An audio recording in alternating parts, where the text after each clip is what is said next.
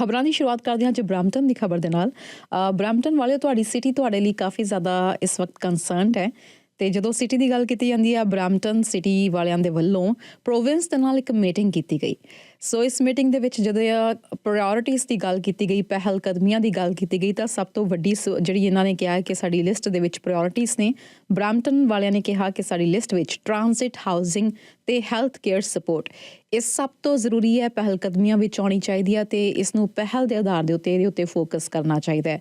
ਸੋ ਇਸ ਦੇ ਬਾਰੇ ਵਿੱਚ ਗੱਲਬਾਤ ਕਰਦੇ ਹਾਂ। ਮੇਅਰ ਨੇ ਕਿਹਨਾਂ ਨਾਲ ਮੀਟਿੰਗ ਕੀਤੀ ਤੇ ਕਿਹੜੇ-ਕਿਹੜੇ ਮੁੱਦਿਆਂ ਦੇ ਉੱਤੇ ਗੱਲਬਾਤ ਹੋਈ। ਬਰੈਂਪਟਨ ਦੇ ਮੇਅਰ ਪੈਟਰਿਕ ਬਰਾਊਨ ਤੇ ਸਿਟੀ ਕੌਂਸਲ ਦੇ ਮੈਂਬਰਾਂ ਨੇ ਇਸ ਹਫ਼ਤੇ ਲੋਕਲ MPPs ਦੇ ਨਾਲ ਮੀਟਿੰਗ ਕੀਤੀ, ਜਿਸ ਵਿੱਚ ਬਰੈਂਪਟਨ ਸਾਊਥ MPP ਅਤੇ Ontario transportation minister Prabhmeet Sarkaria ਵੀ ਸ਼ਾਮਿਲ ਸਨ। ਸੋ ਸਿਟੀ ਨੇ ਕਿਹਾ ਹੈ ਕਿ ਇਸ ਮੀਟਿੰਗ ਇਹ ਜਿਹੜੀ ਮੀਟਿੰਗ ਹੈ ਇਹ ਕੌਂਸਲ ਦੇ ਲਈ ਇੱਕ ਮੌਕਾ ਸੀ ਤਾਂ ਜੋ ਬਰੈਂਪਟਨ ਦੀਆਂ ਜਿਹੜੀਆਂ ਪ੍ਰਾਇਓਰਟੀਜ਼ ਨੇ ਉਸ ਨੂੰ ਅੱਗੇ ਵਧਾਇਆ ਜਾਵੇ ਤੇ ਰੈਜ਼ੀਡੈਂਟਸ ਦੇ ਲਈ ਜੋ ਜ਼ਰੂਰੀ ਮਸਲੇ ਨੇ ਉਹਨਾਂ ਦੇ ਉੱਤੇ ਗੱਲਬਾਤ ਕੀਤੀ ਜਾ ਸਕੇ ਤਾਂ ਜੋ ਪ੍ਰੋਵਿੰਸ ਇਸ ਦਾ ਹੱਲ ਕਰ ਸਕੇ। ਸੋ ਸਿਟੀ ਨੇ ਇਸ ਨੂੰ ਲੈ ਕੇ ਇੱਕ ਰਿਲੀਜ਼ ਜਾਰੀ ਕੀਤੀ ਹੈ, ਜਿਸ ਵਿੱਚ ਕਿਹਾ ਗਿਆ ਹੈ ਕਿ ਕੈਨੇਡਾ ਦੀਆਂ ਸਭ ਤੋਂ ਤੇਜ਼ੀ ਨਾਲ ਵੱਧ ਰਹੀਆਂ ਸਿਟੀਜ਼ ਦੇ ਵਿੱਚੋਂ ਇੱਕ ਹੋਣ ਦੇ ਨਾਤੇ ਅਸੀਂ ਮਾਡਰਨ ਟਰਾਂਜ਼ਿਟ, ਸਸਟੇਨੇਬਲ ਇਨਵਾਇਰਨਮੈਂਟ ਤੇ ਨਾਲ ਸਟਰੋਂਗ ਲੋਕਲ ਇਕੋਨਮੀ ਦੇ ਲਈ ਪ੍ਰੋਵਿੰਸ਼ੀਅਲ ਪਾਰਟਨਰਸ਼ਿਪ ਚਾਹੁੰਦੇ ਹਾਂ। ਇਸ ਦੇ ਵਿੱਚ ਜਿਹੜੀਆਂ ਗੱਲਾਂ ਹੋਈਆਂ ਨੇ, ਇਹਦੇ ਵਿੱਚ ਸਭ ਤੋਂ ਪਹਿਲਾਂ ਗੱਲ ਕਰ ਲੈਂਦੇ ਹਾਂ ਬਰੈਂਪਟਨ ਟਰਾਂਜ਼ਿਟ ਤੇ ਗੋ ਟ੍ਰੇਨਸ ਦੀ। ਬਰੈਂਪਟਨ ਟਰਾਂਜ਼ਿਟ ਨੇ ਦੱਸਿਆ ਹੈ ਕਿ 2025 ਦੇ ਅਖੀਰ ਤੱਕ $17.5 ਮਿਲੀਅਨ ਦਾ ਆਪਰੇਟਿੰਗ ਡੈਫਿਸਿਟ ਹੋ ਸਕਦਾ ਹੈ। ਸੋ ਉਹਦੇ ਬਾਰੇ ਵਿੱਚ ਗੱਲ ਹੋ ਚੁੱਕੀ ਹੈ। ਮੇਅਰ ਨੇ ਆਲਰੇਡੀ ਇਸ ਦੇ ਉੱਤੇ ਚਾਨਣਾ ਪਾ ਦਿੱਤਾ ਹੈ ਕਿ ਡੈਫਿਸਿਟ 'ਚ ਗਿਆ। ਸੋ ਸਿਟੀ ਦੇ ਮੁਤਾਬਿਕ ਇਹ ਮੁੱਖ ਤੌਰ ਦੇ ਉੱਤੇ ਫੈਡਰਲ ਇਮੀਗ੍ਰੇਸ਼ਨ ਪਾਲਿਸੀ ਚੇਂਜਸ ਤੇ ਕਰਕੇ ਹੋਇਆ। ਰੈਵਨਿਊ ਦੇ ਵਿੱਚ 13% ਦੀ ਕਮੀ ਦੇ ਬਾਵਜੂਦ ਸਿਟੀ ਆਪਣੀ ਬਰੈਂਪਟਨ ਟਰਾਂਜ਼ਿਟ ਇਲੈਕਟ੍ਰੀਫਿਕੇਸ਼ਨ ਪਲਾਨ ਨੂੰ ਅੱਗੇ ਲੈ ਕੇ ਵਧ ਰਹੀ ਹੈ, ਅੱਗੇ ਲੈ ਕੇ ਜਾ ਰਹੀ ਹੈ। ਸੋ ਇਸ ਲਈ ਬਰੈਂਪਟਨ ਟਰਾਂਜ਼ਿਟ ਦਾ ਕੈਪੀਟਲ ਬਜਟ $142.9 ਮਿਲੀਅਨ ਰੱਖਿਆ ਗਿਆ ਹੈ। ਇਸ ਦੇ ਵਿੱਚ $29 ਮਿਲੀਅਨ ਐਗਜ਼ਿਸਟਿੰਗ ਬੱਸਿਸ ਜਿਹੜੀਆਂ ਨੇ ਉਸ ਦੀ ਰੀਫਰਬਿਸ਼ਮੈਂਟ ਦੇ ਲਈ ਵਰਤਿਆ ਜਾਏਗਾ। ਇਸ ਤੋਂ ਇਲਾਵਾ 91 ਮਿਲੀਅਨ ਜਿਹੜਾ ਹੈ ਇਹ 44 ਨਵੀਆਂ ਬੈਟਰੀ ਇਲੈਕਟ੍ਰਿਕ ਬੱਸਿਸ ਦੇ ਲਈ ਰੱਖਿਆ ਗਿਆ। ਸੋ ਜੋ ਕਿ 2027 ਤੋਂ ਲੈ ਕੇ 2028 ਵਿੱਚ ਆਉਣਗੀਆਂ। ਇਸ ਤੋਂ ਇਲਾਵਾ ਸਿਟੀ ਪ੍ਰੋਵਿੰਸ ਤੋਂ ਕੀ ਸਪੋਰਟ ਮੰਗ ਰਹੀ ਹੈ? ਟਰਾਂਜ਼ਿਟ ਇਲੈਕਟ੍ਰੀਫਿਕੇਸ਼ਨ, ਬੈਟਰ ਟਰਾਂਜ਼ਿਟ ਕਨੈਕਸ਼ਨ ਤੇ ਕਿਚਨਰ ਗੋ ਲਾਈਨ ਦੇ ਲਈ 2026 ਦੇ ਬਜਟ ਦੀ ਗੱਲ ਕੀਤੀ ਜਾਵੇ, ਬਰੈਂਪਟਨ ਬਜਟ ਵਿੱਚ ਟਰਾਂਜ਼ਿਟ ਫੇਅਰਸ ਦੇ ਵਿੱਚ ਵੀ 5% ਵਾਧਾ ਇਸ ਦਾ ਪ੍ਰਪੋਜ਼ ਜਿਹੜਾ ਹੈ ਜਾਰੀ ਕੀਤਾ ਗਿਆ। ਸੋ ਇਸ ਦੇ ਬਾਰੇ ਵਿੱਚ ਵੀ ਮੈਂ ਤੁਹਾਡੇ ਨਾਲ ਪਹਿਲਾਂ ਖਬਰਾਂ ਸਾਂਝੀਆਂ ਕਰ ਚੁੱਕੀ ਹਾਂ ਕਿ ਬਰੈਂਪਟਨ ਟਰਾਂਜ਼ਿਟ ਦਾ ਕਿਰਾਇਆ ਜਿਹੜਾ ਵਧਣ ਲੱਗਿਆ। ਸੋ ਇਹ ਆਲਰੇਡੀ ਇਹ ਡਿਸਾਈਡ ਹੋ ਚੁੱਕਿਆ ਕਿ ਜਿਹੜਾ ਮੰਥਲੀ ਪਾਸ ਹੋਏਗਾ ਜਾਂ ਫਿਰ ਵੀਕਲੀ ਪਾਸ ਹੋਏਗਾ ਜਾਂ ਪਰ ਟੈਪ ਦੇ ਉੱਤੇ ਕਿੰਨੇ ਪੈਸੇ ਜਿਹੜੇ ਆ ਉਹ ਡਿਡਕਟ ਹੋਣਗੇ। ਸੋ ਇਹ 2023 ਤੋਂ ਬਾਅਦ ਪਹਿਲਾ ਫੇਅਰ ਇਨਕਰੀਜ਼ ਹੋਏਗਾ। ਇਸ ਤੋਂ ਇਲਾਵਾ ਬਰੈਂਪਟਨ ਦੇ ਸੈਕੰਡ ਹਸਪੀਟਲ ਦੀ ਗੱਲ ਵੀ ਇਸ ਦੇ ਵਿੱਚ ਕੀਤੀ ਗਈ। ਮਾਰਚ ਦੇ ਵਿੱਚ peel memorial centre upgrade project ਦੀ ਆਫੀਸ਼ੀਅਲ ਗਰਾਊਂਡ ਬ੍ਰੇਕਿੰਗ ਹੋ ਚੁੱਕੀ ਹੈ। ਵਿਲੀਅਮ ਓਸਲਰ ਹੈਲਥ ਸਿਸਟਮ ਦੇ ਮੁਤਾਬਿਕ ਸਾਈਟ ਦੇ ਉੱਤੇ ਪ੍ਰੀਪਰੇਸ਼ਨਰੀ ਜਿਹੜੇ ਵਰਕ ਨੇ ਇਹ ਚੱਲ ਰਹੇ ਨੇ। ਪ੍ਰੋਵਿੰਸ ਦੇ ਵੱਲੋਂ ਇਸ ਹਸਪੀਟਲ ਦੇ ਪ੍ਰੋਜੈਕਟ ਲਈ $1 ਬਿਲੀਅਨ ਤੋਂ ਵੀ ਵੱਧ ਦੀ ਕਮਿਟਮੈਂਟ ਕੀਤੀ ਜਾ ਚੁੱਕੀ ਹੈ। ਇਸ ਦੇ ਵਿੱਚ $46.8 ਮਿਲੀਅਨ ਕੈਪੀਟਲ ਪਲੈਨਿੰਗ ਫੰਡਿੰਗ ਵੀ ਸ਼ਾਮਿਲ ਹੈ। ਸਿਟੀ ਦੇ ਹਿੱਸੇ ਦੀ ਇਸ ਵਿੱਚ ਗੱਲ ਕੀਤੀ ਜਾਵੇ ਤਾਂ ਪੀਲ ਮੈਮੋਰੀਅਲ ਪ੍ਰੋਜੈਕਟ ਤੇ ਬਰੈਂਪਟਨ ਸਿਵਿਕ ਹਸਪੀਟਲ ਦੇ ਵਿੱਚ ਨਵੇਂ ਕੈਂਸਰ ਸੈਂਟਰ ਲਈ ਲਗਭਗ $125 ਮਿਲੀਅਨ ਦੀ ਇਸ ਦੀ ਹੋਏਗੀ ਹਿੱਸੇਦਾਰੀ। ਬਰੈਂਪਟਨ ਇਹ ਰਕਮ ਟੈਕਸ ਲੈਵੀ ਅਤੇ $62.5 ਮਿਲੀਅਨ ਕੈਪੀਟਲ ਰਿਜ਼ਰਵਸ ਤੋਂ ਟ੍ਰਾਂਸਫਰ ਕਰਕੇ ਪੂਰੇ ਕਰੇਗਾ। ਅਜੇ ਪ੍ਰੋਜੈਕਟ ਕੰਪਲੀਸ਼ਨ ਦੀ ਕੋਈ ਵੀ ਡੇਟ ਅਨਾਉਂਸ ਨਹੀਂ ਕੀਤੀ ਗਈ। ਇਸ ਤੋਂ ਇਲਾਵਾ ਕਮਿਊਨਿਟੀ ਸੇਫਟੀ ਤੇ ਵੈਲਬੀਂਗ ਦੇ ਉੱਤੇ ਵੀ ਚਰਚਾ ਹੋਈ ਹੈ। ਮੇਅਰ ਪੈਟਰਿਕ ਬਰਾਊਨ ਤੇ ਪੀਲ ਰੀਜਨਲ ਪੁਲਿਸ ਕਈ ਸਾਲਾਂ ਤੋਂ ਸਟ੍ਰਿਕਟ ਬੇਲ ਰਿਫਾਰਮਸ ਦੀ ਮੰਗ ਕਰ ਰਹੇ ਨੇ। ਇਹ ਮੰਗ ਬਰੈਂਪਟਨ ਦੀ ਜੋ ਇੱਕ ਮਦਰ ਸਨ ਸਵੰਨਾ ਕੁੱਲਾ, ਉਹਨਾਂ ਦੇ ਮਰਡਰ ਤੋਂ ਬਾਅਦ ਹੋਰ ਵੀ ਜ਼ਿਆਦਾ ਜ਼ੋਰ ਫੜਨ ਲੱਗੀ। ਪੁਲਿਸ ਦੇ ਮੁਤਾਬਿਕ ਉਹਨਾਂ ਦਾ ਕਾਤਲ ਐਂਥਨੀ ਡੈਸਚੈਪਰ ਇਹ 2023 ਦੇ ਵਿੱਚ ਬਰੈਂਪਟਨ ਦੇ ਵਿੱਚ ਗਨ ਫਾਇਰ ਕਰਨ ਦੇ ਮਾਮਲੇ ਵਿੱਚ ਵੀ ਚਾਰਜਡ ਸੀ। ਪੁਲਿਸ ਨੇ ਕਿਹਾ ਹੈ ਕਿ ਉਹ ਕਈ ਹਫ਼ਤੇ ਭਗੌੜਾ ਵੀ ਰਿਹਾ ਅਤੇ ਬਾਅਦ ਵਿੱਚ ਵਾਟਰਲੂ ਤੋਂ ਅਰੈਸਟ ਕੀਤਾ ਗਿਆ ਸੀ। ਫਾਲ ਵਿੱਚ ਲਿਬਰਲਸ ਦੇ 3 ਬਿਲਸ ਇੰਟਰੋਡਿਊਸ ਕੀਤੇ ਸੀ। ਜਸਟਿਸ ਬਿਲਸ ਸਨ ਇਹ, ਜੋ ਕਿ ਪਾਸ ਹੋਣ ਤੋਂ ਕ੍ਰਿਮੀਨਲ ਕੋਡ ਦੇ ਵਿੱਚ ਵੱਡੇ ਚੇਂਜਸ ਵੀ ਲੈ ਕੇ ਆ ਸਕਦੇ ਨੇ। ਸੋ ਇਸ ਦੇ ਬਾਰੇ ਵਿੱਚ ਵੀ ਇਹਨਾਂ ਨੇ ਗੱਲਬਾਤ ਕੀਤੀ ਹੈ ਕਮਿਊਨਿਟੀ ਸੇਫਟੀ ਨੂੰ ਲੈ ਕੇ। ਇੱਕ ਹੋਰ ਜਿਹੜੀ ਗੱਲਬਾਤ ਹੋਈ ਹੈ ਉਹ ਹੈ ਜੀ ਆਟੋਮੋਟਿਵ ਸੈਕਟਰ ਤੇ ਇਕਨੋਮਿਕ ਗਰੋਥ ਨੂੰ ਲੈ ਕੇ। ਸੋ US ਆਟੋਮੇਕਰਸ ਜੋ ਹੈ ਸਟੈਲਾਂਟਿਸ, ਜੋ ਕਿ ਬਰੈਂਪਟਨ ਦੇ ਵਿੱਚ ਲਗਭਗ 3000 ਵਰਕਰਸ ਐਮਪਲੋਏ ਕਰਦੀ ਹੈ, ਉਹ ਪਿਛਲੇ ਸਾਲ ਉਸਨੇ ਐਲਾਨ ਕੀਤਾ ਸੀ ਕਿ ਜੀਪ ਕੰਪਾਸ ਪ੍ਰੋਡਕਸ਼ਨ ਬ੍ਰੈਂਪਟਨ ਤੋਂ US ਸ਼ਿਫਟ ਕਰ ਦਿੱਤੀ ਜਾਏਗੀ। ਸੋ ਇਹ ਫੈਸਲਾ US ਟੈਰਿਫਸ ਨੂੰ ਕੈਨੇਡੀਅਨ ਗੁੱਡਸ ਤੇ ਕਰਕੇ ਲੈਣਾ ਪਿਆ ਸੀ। ਸੋ ਕੰਪਨੀ ਨੇ ਜੁਲਾਈ ਵਿੱਚ ਕਿਹਾ ਸੀ ਕਿ 2025 ਦੇ ਪਹਿਲੇ ਹਿੱਸੇ ਵਿੱਚ 2.68 ਬਿਲੀਅਨ USD ਡਾਲਰ ਦਾ ਨੁਕਸਾਨ ਹੋ ਸਕਦਾ ਹੈ। ਇਸ ਤੋਂ ਬਾਅਦ ਬ੍ਰੈਂਪਟਨ ਸਿਟੀ ਕੌਂਸਲ ਨੇ ਮੇਡ ਇਨ ਕੈਨੇਡਾ ਕੈਂਪੇਨ ਸ਼ੁਰੂ ਕੀਤੀ ਸੀ ਤੇ ਇੱਕ ਮਿਊਨਿਸਪਲ ਸਰਵਿਸਿਜ਼ ਕਾਰਪੋਰੇਸ਼ਨ ਵੀ ਬਣਾਈ ਤਾਂ ਜੋ US ਟੈਰਿਫਸ ਤੇ ਇਕਨੋਮਿਕ ਇੰਪੈਕਟ ਨੂੰ ਹੈਂਡਲ ਕੀਤਾ ਜਾ ਸਕੇ। ਹਾਊਸਿੰਗ ਵੀ ਇਸ ਦੇ ਵਿੱਚ ਇੱਕ ਵੱਡਾ ਮੁੱਦਾ ਰਿਹਾ ਗੱਲਬਾਤ ਨੂੰ ਲੈ ਕੇ। ਬ੍ਰੈਂਪਟਨ ਨੂੰ 2025 ਵਿੱਚ ਬਿੱਲ 23 ਦੇ ਤਹਿਤ ਕੋਈ ਵੀ ਫੰਡਿੰਗ ਨਹੀਂ ਮਿਲੀ ਕਿਉਂਕਿ ਸਿਟੀ ਆਪਣਾ ਪ੍ਰੋਵਿੰਸ਼ੀਅਲ ਹਾਊਸਿੰਗ ਟਾਰਗੇਟ ਪੂਰਾ ਨਹੀਂ ਕਰ ਸਕੀ। ਓਨਟਾਰੀਓ ਦੀ ਮੋਰ ਹੋਮਸ ਬਿਲਡ ਫਾਸਟਰ ਐਕਟ ਦੇ ਮੁਤਾਬਿਕ ਪ੍ਰੋਵਿੰਸ ਭਰ ਵਿੱਚ 10 ਸਾਲਾਂ ਵਿੱਚ 1.5 ਮਿਲੀਅਨ ਹੋਮਸ ਬਣਾਉਣੇ ਨੇ। ਬ੍ਰੈਂਪਟਨ ਦਾ ਟਾਰਗੇਟ ਜੋ ਸੀ ਉਹ ਸੀ 1,13,000 ਨਿਊ ਹਾਊਸਿੰਗ ਯੂਨਿਟਸ ਇਹ ਬਣਾਉਣੇ ਸੀ। ਪ੍ਰੀਮੀਅਰ ਡਗਫੋਰਡ ਨੇ 2023 ਦੇ ਵਿੱਚ 7,028 ਹਾਊਸਿੰਗ ਯੂਨਿਟਸ ਦੀ ਕੰਸਟਰਕਸ਼ਨ ਸ਼ੁਰੂ ਹੋਣ ਤੇ ਬ੍ਰੈਂਪਟਨ ਨੂੰ 25.5 ਮਿਲੀਅਨ ਡਾਲਰ ਇਨਫਰਾਸਟ੍ਰਕਚਰ ਫੰਡਿੰਗ ਦਿੱਤੀ ਸੀ। ਉਸ ਸਮੇਂ ਫੋਰਡ ਨੇ ਕਿਹਾ ਸੀ ਕਿ ਬ੍ਰੈਂਪਟਨ ਆਟਵਾ ਤੋਂ ਵੀ ਵੱਡੀ ਸਿਟੀ ਬਣੇਗਾ। ਬਿੱਲ 23 ਦੇ ਮੁਤਾਬਿਕ ਜਿਹੜੀਆਂ ਮਿਊਨਿਸਪੈਲਿਟੀਜ਼ ਆਪਣਾ 80% ਐਨੂਅਲ ਹਾਊਸਿੰਗ ਟਾਰਗੇਟ ਪੂਰਾ ਕਰਦੀਆਂ ਨੇ ਉਹਨਾਂ ਨੂੰ ਐਡੀਸ਼ਨਲ ਫੰਡਿੰਗ ਮਿਲਦੀ ਹੈ। ਸੋ ਇਹਨਾਂ ਸਾਰੇ ਮੁੱਦਿਆਂ ਦੇ ਉੱਤੇ ਗੱਲਬਾਤ ਹੋਈ ਹੈ। ਜੋ ਪ੍ਰੋਵਿੰਸ਼ੀਅਲ ਹਿੱਸਾ ਸੀ ਉਸ ਦੇ ਬਾਰੇ ਵਿੱਚ ਗੱਲਬਾਤ ਹੋਈ ਹੈ। ਪ੍ਰਭਿਤ ਸਰਕਾਰੀਆ ਦੇ ਨਾਲ ਵੀ ਜਿਹੜਾ ਟ੍ਰਾਂਜ਼ਿਟ ਮੁੱਦੇ ਦੇ ਉੱਤੇ ਲਗਾਤਾਰ ਗੱਲਬਾਤ ਹੋਈ ਹੈ। ਅਗਲੀ ਖਬਰ ਸਾਂਝੀ ਕਰਨ ਲੱਗੀਆਂ ਬੈਂਕ ਆਫ ਕੈਨੇਡਾ ਦੇ ਨਾਲ ਸੰਬੰਧਿਤ। ਬੈਂਕ ਆਫ ਕੈਨੇਡਾ ਨੇ ਫਿਲਹਾਲ ਇੰਟਰਸਟ ਰੇਟ ਨੂੰ ਇਸ ਵੇਲੇ ਸੇਮ ਹੀ ਰੱਖਣ ਦਾ ਫੈਸਲਾ ਕੀਤਾ ਹੈ। ਸੋ ਅੱਜ ਬੈਂਕ ਨੇ ਆਪਣੀ ਕੀ ਪਾਲਿਸੀ ਰੇਟ 2.25% ਤੇ ਹੀ ਰੱਖਿਆ ਜੋ ਕਿ ਇਕਨੋਮਿਸਟ ਪਹਿਲਾਂ ਹੀ ਐਕਸਪੈਕਟ ਕਰ ਰਹੀ ਸੀ। ਬੈਂਕ ਆਫ ਕੈਨੇਡਾ ਦੇ ਗਵਰਨਰ ਟਿਫ ਮੈਕਲਮ ਨੇ ਕਿਹਾ ਹੈ ਕਿ ਇਕਨੋਮੀ ਅਜੇ ਤੱਕ ਬੈਂਕ ਦੀ ਐਕਸਪੈਕਟੇਸ਼ਨਸ ਦੇ ਮੁਤਾਬਿਕ ਹੀ ਚੱਲ ਰਹੀ ਹੈ ਪਰ ਅਨਸਰਟਨਟੀ ਇਸ ਵਕਤ ਕਾਫੀ ਜ਼ਿਆਦਾ ਬਣੀ ਹੋਈ ਹੈ।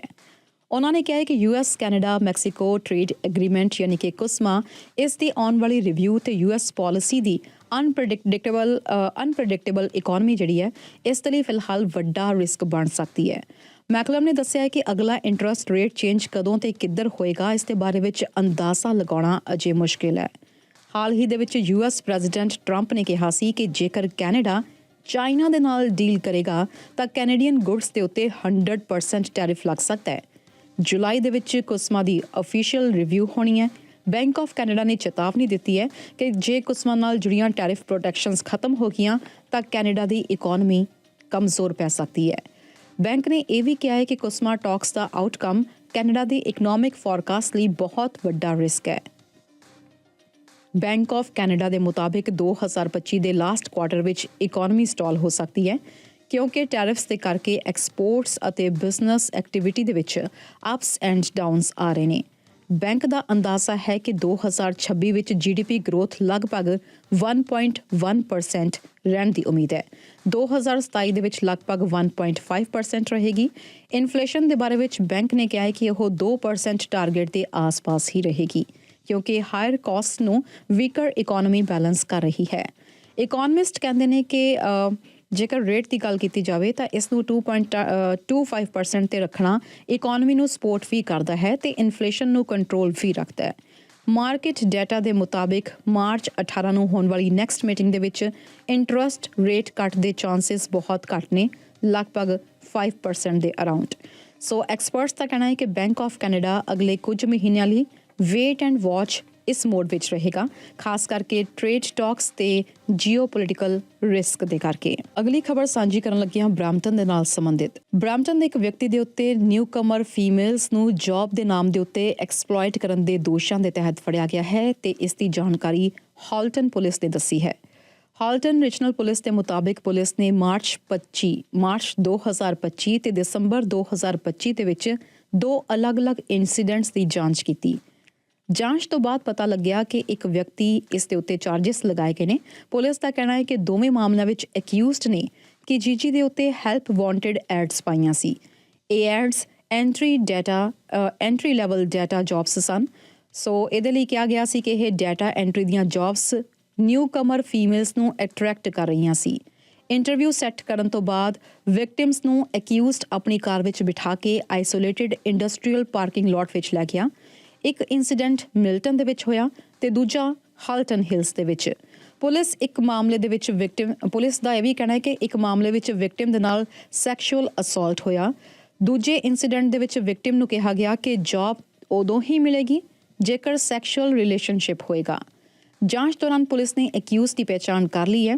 ਇਹਨੇ ਜੀ ਬ੍ਰੈਂਪਟਨ ਤੋਂ ਇਹਨਾਂ ਨੂੰ ਅਰੈਸਟ ਕੀਤਾ ਗਿਆ ਹੈ। 47 ਸਾਲ ਦੇ ਤੇਜਿੰਦਰ ਧਾਲੀਵਾਲ ਦੇ ਉੱਤੇ ਸੈਕਸ਼ੂਅਲ ਅਸੌਲਟ ਤੇ ਆਬਟੇਨਿੰਗ ਸੈਕਸ਼ੂਅਲ ਸਰਵਿਸਿਜ਼ ਫॉर ਕੰਸੀਡਰੇਸ਼ਨ ਦੇ ਚਾਰजेस ਲੱਗੇ ਨੇ ਤੇ ਪੁਲਿਸ ਕਹਿੰਦੀ ਹੈ ਕਿ ਅਕਿਊਜ਼ਡ ਨੂੰ 27 ਜਨਵਰੀ ਦੀ ਬੇਲ ਹੀਅਰਿੰਗ ਲਈ ਰੋਕਿਆ ਗਿਆ ਸੀ, ਪਰ ਉਸੇ ਦਿਨ ਉਸ ਨੂੰ ਰਿਲੀਜ਼ ਕਰ ਦਿੱਤਾ ਗਿਆ। ਹਾਲਟਨ ਪੁਲਿਸ ਨੂੰ ਲੱਗਦਾ ਹੈ ਕਿ ਹੋਰ ਵੀ ਵਿਕਟਿਮਸ ਹੋ ਸਕਦੇ ਨੇ। ਸੋ ਪੁਲਿਸ ਅਪੀਲ ਕਰ ਰਹੀ ਹੈ ਕਿ ਜੇਕਰ ਕਿਸੇ ਕੋਲ ਇਸ ਬਾਰੇ ਵਿੱਚ ਕੋਈ ਵੀ ਜਾਣਕਾਰੀ ਹੋਵੇ ਜਾਂ ਕਿਸੇ ਨੂੰ ਲੱਗਦਾ ਹੈ ਕਿ ਉਹ ਵਿਕਟਿਮ ਹੈ ਤਾਂ child abuse and sexual assault unit ਦੇ ਨਾਲ ਸੰਪਰਕ ਕੀਤਾ ਜਾ ਸਕਦਾ ਹੈ। ਸੋ ਜੌਬ ਦਿਵਾਉਣ ਦੇ ਬਹਾਨੇ 'ਚ ਸੈਕਸ਼ੂਅਲ ਅਸੌਲਟ ਦੇ ਇਹ 2 ਕੇਸਿਸ ਸਾਹਮਣੇ ਆਏ ਨੇ ਤੇ ਬ੍ਰੈਂਪਟਨ ਵਾਸੀ 47 ਸਾਲ ਦੇ ਤੇਜਿੰਦਰ ਧਾਲੀਵਾਲ ਦੇ ਉੱਤੇ ਦੋਸ਼ ਲੱਗੇ ਹਨ। ਅਗਲੀ ਖਬਰ ਸਾਂਝੀ ਕਰਨ ਲੱਗੇ ਹਾਂ। ਓਨਟਾਰੀਓ ਦੇ ਪ੍ਰੀਮੀਅਰ ਦਾ ਕਹਿਣਾ ਹੈ ਕਿ ਇਸ ਵਕਤ ਕਿਊਬੈਕ ਦੇ ਵਿੱਚ ਜੋ ਵੱਖਵਾਦੀ ਪਾਰਟੀ ਹੈ ਇਹ ਇੱਕ ਡਿਜ਼ਾਸਟਰ ਹੋ ਸਕਦੀ ਹੈ। ਕੀ ਆ ਪੂਰੀ ਖਬਰ ਤੁਹਾਡੇ ਨਾਲ ਸਾਂਝੀ ਕਰਦੇ ਹਾਂ। ਅਸਲ ਦੇ ਵਿੱਚ ਅੱਜ ਡਗ ਫੋਰਡ ਨੇ ਇਹ ਗੱਲ ਨਿਊ ਬ੍ਰੰਸਵਿਕ ਪ੍ਰੀਮੀਅਰ ਸੂਜ਼ਨ ਹਾਲ ਦੇ ਨਾਲ ਇੱਕ ਪ੍ਰੈਸ ਨਿਊਜ਼ ਕਾਨਫਰੰਸ ਦੇ ਦੌਰਾਨ ਕਹੀ ਹੈ। ਇਹ ਮੀਟਿੰਗ ਪ੍ਰੋਵਿੰਸ਼ੀਅਲ ਪ੍ਰੀਮੀਅਰਸ ਦੀ ਮੀਟਿੰਗ ਤੋਂ ਪਹਿਲਾਂ ਹੋਈ ਸੀ। ਸੋ ਓਨਟਾਰੀਓ ਦੇ ਪ੍ਰੀਮੀਅਰ ਡਗ ਫੋਰਡ ਨੇ ਕਿਹਾ ਕਿ ਕਿਊਬੈਕ ਦੇ ਵਿੱਚ ਜੋ ਸੈਪਰੇਟਿਸਟ ਪਾਰਟੀ ਦੀ ਜਿੱਤ ਜੇਕਰ ਹੁੰਦੀ ਹੈ ਤਾਂ ਇਹ ਕੈਨੇਡਾ ਲਈ ਡਿਜ਼ਾਸਟਰ ਹੋਏਗੀ। ਉਹਨਾਂ ਨੇ ਕਿਹਾ ਕਿ ਇਸ ਸਮੇਂ ਕੈਨੇਡੀਅਨਸ ਨੂੰ ਇਕੱਠੇ ਖੜੇ ਹੋਣ ਦੀ ਜ਼ਰੂਰਤ ਹੈ। ਫੋਰਡ ਨੇ ਕਿਊਬੈਕ ਦੀ ਪੋਲਿਟਿਕਸ ਦੇ ਬਾਰੇ ਵਿੱਚ ਗੱਲ ਕਰਦੇ ਹੋਏ ਕਿਹਾ ਕਿ ਜੇਕਰ ਕਿਊਬੈਕ ਦੇ ਵਿੱਚ ਸੈਪਰੇਟਿਸਟ ਪਾਰਟੀ ਇਲੈਕਟਡ ਹੋ ਗਈ ਤਾਂ ਇਹ ਸਾਰੇ ਕੈਨੇਡਾ ਲਈ ਕਾਫੀ ਜ਼ਿਆਦਾ ਨੁਕਸਾਨਦਾਇਕ ਹੋ ਸਕਦੀ ਹੈ। ਤੁਹਾਨੂੰ ਦੱਸ ਦਈਏ ਕਿ ਇਹ ਮੀਟਿੰਗ ਸ਼ਾਇਦ ਕਿਊਬੈਕ ਪ੍ਰੀਮੀਅਰ ਫ੍ਰੈਂਕੋਇਸ ਲਿਕੋਲ ਦੀ ਆਖਰੀ ਫਸਟ ਮਿਨਿਸਟਰਸ ਮੀਟਿੰਗ ਹੋਏਗੀ, ਕਿਉਂਕਿ ਉਹ ਪਹਿਲਾਂ ਹੀ ਐਲਾਨ ਕਰ ਚੁੱਕੇ ਨੇ ਕਿ ਨਵਾਂ ਪਾਰਟੀ ਲੀਡਰ ਚੁਣੇ ਜਾਣ ਤੋਂ ਬਾਅਦ ਉਹ ਰਿਜ਼ਾਈਨ ਕਰ ਦੇਣਗੇ ਤੇ ਕਿਊਬੈਕ ਦੇ ਵਿੱਚ ਪੀਕਿਊ ਦੇ ਲੀਡਰ ਪੌਲ ਸੇਂਟ ਪੀਅਰ ਪਲੈਮੋਡਨ ਜਿਹੜੇ ਨੇ ਇਹ ਫਿਲਹਾਲ ਫਾਲ ਇਲੈਕਸ਼ਨ ਤੋਂ ਪਹਿਲਾਂ ਓਪੀਨੀਅਨ ਪੋਲਸ ਦੇ ਵਿੱਚ ਅੱਗੇ ਚੱਲ ਰਹੇ ਨੇ। ਇਸ ਕਰਕੇ ਫੋਰਡ ਅਤੇ ਹਾਲਟ ਨੂੰ ਪੁੱਛਿਆ ਗਿਆ ਕਿ ਸੈਪਰੇਟਿਸਟ ਪ੍ਰੀਮੀਅਰ ਦੇ ਨਾਲ ਟੇਬਲ ਤੇ ਬੈਠਣਾ ਕਿਵੇਂ ਦਾ ਹੋਏਗਾ। ਡਗ ਫੋਰਡ ਨੇ ਸਾਫ਼ ਕਹਿ ਦਿੱਤਾ ਕਿ ਜੇਕਰ ਸੈਪਰੇਟਿਸਟ ਜਿੱਤੇ ਤਾਂ ਇਹ ਸਾਡੇ ਦੇਸ਼ ਲਈ ਡਿਜ਼ਾਸਟਰ ਹੋਏਗਾ, ਕਿਉਂਕਿ ਇਸ ਵੇਲੇ ਸਾਨੂੰ ਯੂਨਾਈਟਿਡ ਕੈਨੇਡਾ ਦੀ ਜ਼ਰੂਰਤ ਹੈ। ਉਹਨਾਂ ਨੇ ਕਿਹਾ ਕਿ ਇਤਿਹਾਸ ਵਿੱਚ ਕਦੇ ਵੀ ਇਹ ਜ਼ਰੂਰੀ ਨਹੀਂ ਸੀ ਕਿ ਅਸੀਂ ਸ਼ੋਲਡਰ ਟੂ ਸ਼ੋਲਡਰ ਖੜੇ ਰਹੀਏ ਤੇ ਫੋਰਡ ਨੇ ਇਹ ਵੀ ਕਿਹਾ ਹੈ ਕਿ ਕੈਨੇਡਾ ਜੇਕਰ ਯੂਨਾਈਟਿਡ ਰਹੇਗਾ ਤਾਂ ਇਹ ਕਿਊਬੈਕਰਸ ਦੇ ਲਈ ਵੀ ਚੰਗਾ ਹੋਏਗਾ। ਨਿਊ ਬ੍ਰੰਸਵਿਕ ਦੇ ਪ੍ਰੀਮੀਅਰ ਸੂਜ਼ਨ ਹਾਲਟ ਨੇ ਵੀ ਸਿਮਿਲਰ ਹੀ ਗੱਲ ਕੀਤੀ ਹੈ, ਪਰ ਥੋੜੇ ਡਿਪਲੋਮੈਟਿਕ ਲੈਂਗੁਏਜ ਦੇ ਵਿੱਚ। ਉਹਨਾਂ ਨੇ ਕਿਹਾ ਹੈ ਕਿ ਮੌਜੂਦਾ ਅਨਸਰਟਨਟੀ ਦੇ ਸਮੇਂ ਦੇ ਵਿੱਚ ਇਕਨੋਮਿਕ ਤੇ ਸੋਸ਼ਲ ਅਨਸਰਟਨਟੀ ਨਹੀਂ ਵਧਾਉਣੀ ਚਾਹੀਦੀ। ਸੋ ਉਹਨਾਂ ਨੇ ਕਿਹਾ ਹੈ ਕਿ ਨਿਊ ਬ੍ਰੰਸਵਿਕ ਕਿਊਬੈਕ ਨੂੰ ਇਸ ਨੂੰ ਕੈਨੇਡਾ ਦੇ ਅੰਦਰ ਇੱਕ ਵਧੀਆ ਨੇਬਰ ਦੇ ਤੌਰ ਦੇ ਉੱਤੇ ਤੇ ਵਧੀਆ ਪਾਰਟਨਰ ਦੇ ਤੌਰ ਦੇ ਉੱਤੇ ਦੇਖਣਾ ਚਾਹੁੰਦੇ ਨੇ। ਸੋ ਉਹਨਾਂ ਨੇ ਕਿਹਾ ਹੈ ਕਿ ਮੈਂ ਟੀਮ ਕੈਨੇਡਾ ਹਾਂ ਤੇ ਮੈਨੂੰ ਇਹ ਦੇਸ਼ ਪਸੰਦ ਹੈ ਜਿਵੇਂ ਇਹ ਹੈ। ਉਹਨਾਂ ਨੇ ਇਹ ਵੀ ਕਿਹਾ ਕਿ ਕੁਝ ਲੋਕਾਂ ਦੀਆਂ ਚਿੰਤਾਵਾਂ ਨੇ, ਉਹਨਾਂ ਨੂੰ ਸਮਝਣਾ ਤੇ ਇਸ ਦਾ ਹੱਲ ਕਰਨਾ ਵੀ ਬਹੁਤ ਜ਼ਰੂਰੀ ਹੈ।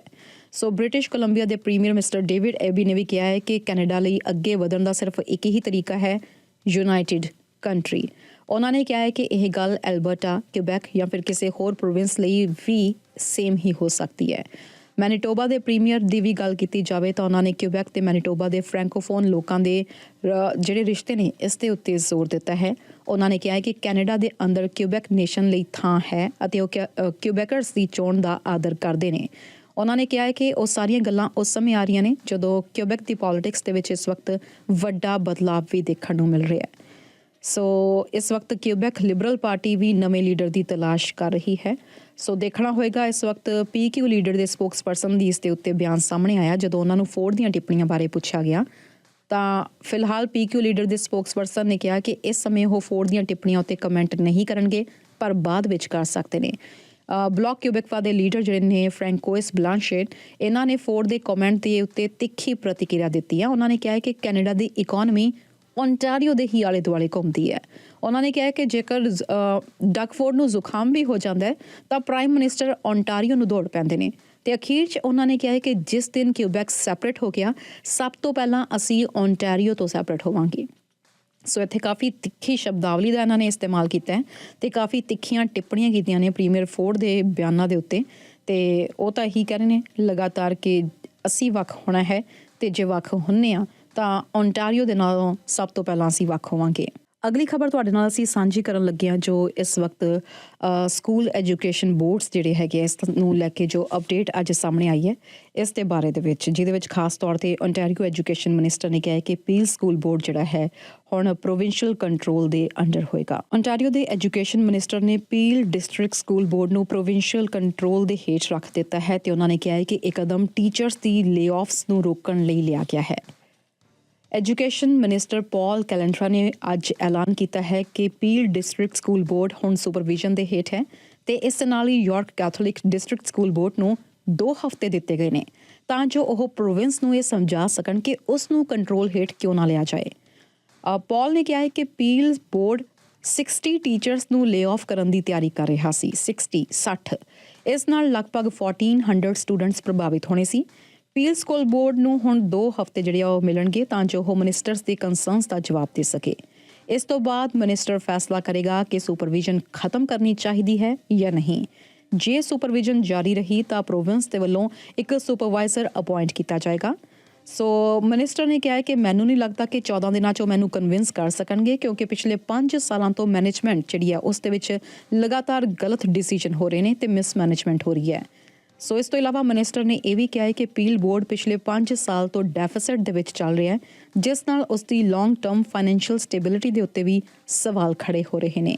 ਉਹਨਾਂ ਨੇ ਕਿਹਾ ਹੈ ਕਿ York Catholic district school board ਨੇ ਵੀ ਆਪਣੇ ਰਿਜ਼ਰਵਸ ਖਤਮ ਕਰ ਲਏ ਨੇ ਤੇ ਰੀਅਲਿਸਟਿਕ ਫਾਈਨੈਂਸ਼ੀਅਲ ਰਿਕਵਰੀ ਪਲਾਨ ਵੀ ਸਬਮਿਟ ਨਹੀਂ ਕੀਤਾ ਤੇ 9 ਸਾਲਾਂ ਦੇ ਵਿੱਚ 7 ਡਾਇਰੈਕਟਰਸ ਆਫ ਐਜੂਕੇਸ਼ਨ ਵੀ ਬਦਲੇ ਜਾ ਚੁੱਕੇ ਨੇ।